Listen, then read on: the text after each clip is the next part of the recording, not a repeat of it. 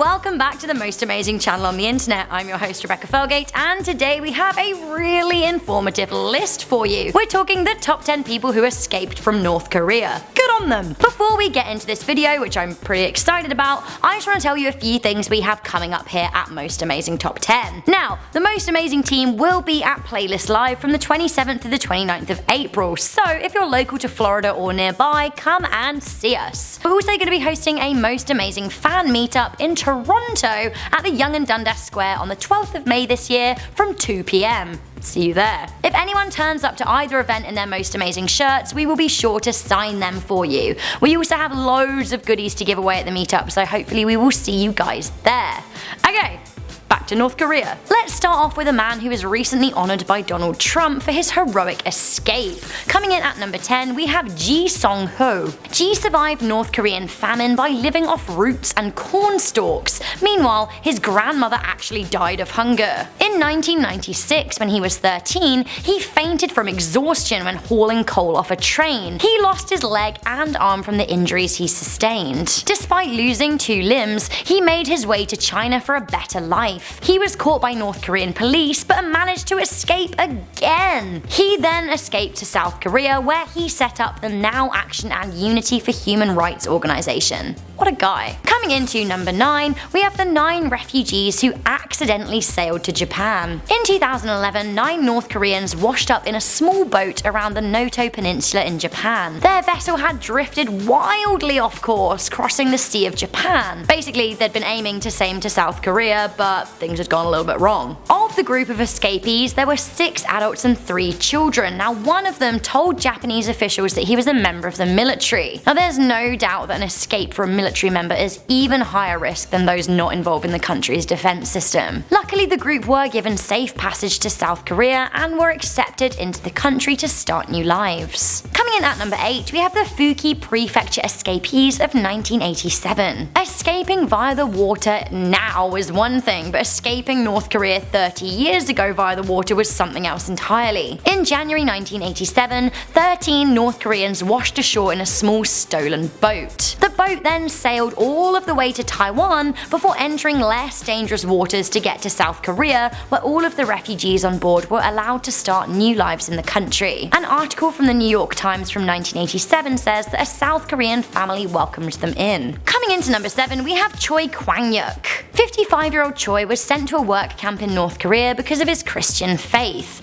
Christianity, of course, is not allowed in North Korea. In fact, it is the most oppressive place in the world for the faith. Choi said that all he had was a Bible and around 8 other fellow Christians to practice the faith with. Eventually, the state found him and tortured him. After that, he was sent to a brutal labor camp where he was able to break free and escape to China. He later applied for asylum in the United States. Now, after finally getting there, in an interview with Fox News, he said, "The life in North Korea is hell and life in America is heaven." Okay, next up we have a guy with a very similar name but a different escape story. Coming into number 6, we have Choi Kwang-hyuk. That being said, while their stories are indeed different, the way in which they risked everything to leave is pretty similar. He was 7 when the country's founding leader Kim Il-sung died and his family were plagued with economic hardship. As a child, Choi began selling ice cream on passenger trains and would often ride on the roof to avoid being caught by a ticket inspector. One day he slipped off the train when it was moving and his left foot was crushed. As medical practices are basic in the country, instead of trying to save his foot, doctors amputated below the knee. Of course, there were no prosthetics, and the North Korean government is known to be very harsh towards those with disabilities. Eventually, he was smuggled out of North Korea and settled in South Korea, where he took up Paralympic ice hockey. Controversially, Choi joined Team Korea at Pyeongchang and the Winter Olympics of 2018. Coming in at number 5, we have Park Sang-hak.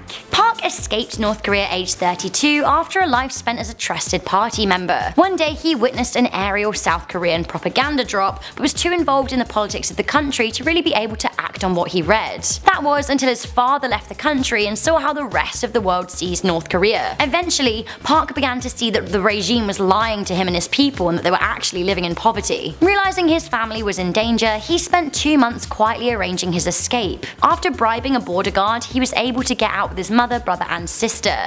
He now lives in South Korea and arranges for propaganda posters like the one he saw so many years ago to be dropped over the border. Coming in at number 4, we have Professor Kim Heung-Kwang. Kim was a teacher of computer sciences for 20 years before escaping North Korea in 2004. He was privy to a lot of information about the country's cyber program, and he now works to predict and prevent cyber attacks from the hermit state. He also provides insights into the mood of the people living in North Korea. Coming into number 3, we have Ga Hee. Han is a North Korean defector who is now a radio host on the Free North Korea radio. Now this airs news over the border illegally. When she escaped, she had to do so in secret, leaving her family behind her. She likes to believe that they listen to her voice on the airwaves, and I for one really hope that they do. On her first attempt, she was caught and beaten by North Korean guards, but in her desperation, she paid smugglers to get her out again. On her second attempt, she made it to China but was a victim of human trafficking. She was actually sold 3 times as a bride. She persevered in her struggle and eventually made it to South Korea. Coming into number 2, we have Thae Yong Ho. Thae Yong Ho is the highest ranking diplomat to ever flee North Korea. He was the former deputy ambassador to the UK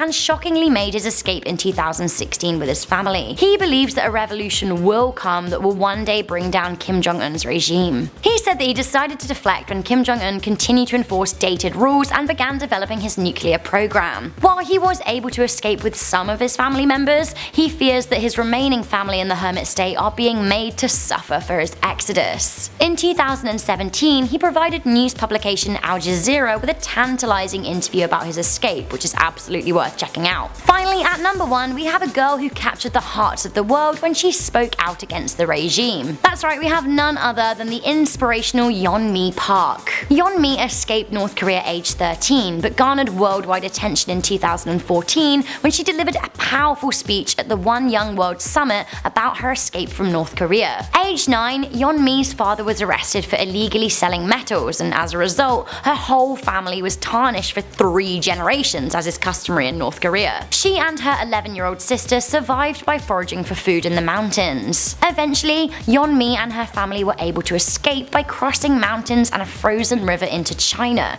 This was when her mother was raped. China, of course, has deported deflectors back to North Korea in the past, so it's pretty dangerous. They then crossed the Gobi Desert following a compass and the stars to freedom. Her and her mother eventually stowed away to South Korea, and Yeonmi then picked up her life. She began attending university in Seoul and has become an activist and regularly speaks out against the regime and risks her life to do so. So that was the top 10 people who have escaped North Korea. Now of course a few minutes each on a top 10 list doesn't do these guys' stories justice, so I'd absolutely recommend checking them out for yourself. Thank you guys for tuning into this video. If you like it, if you found it educational, make sure you give it a good thumbs up, share it with a friend, and stay subscribed for more top 10 lists. I'm Rebecca Felgate, and I'll see you next time.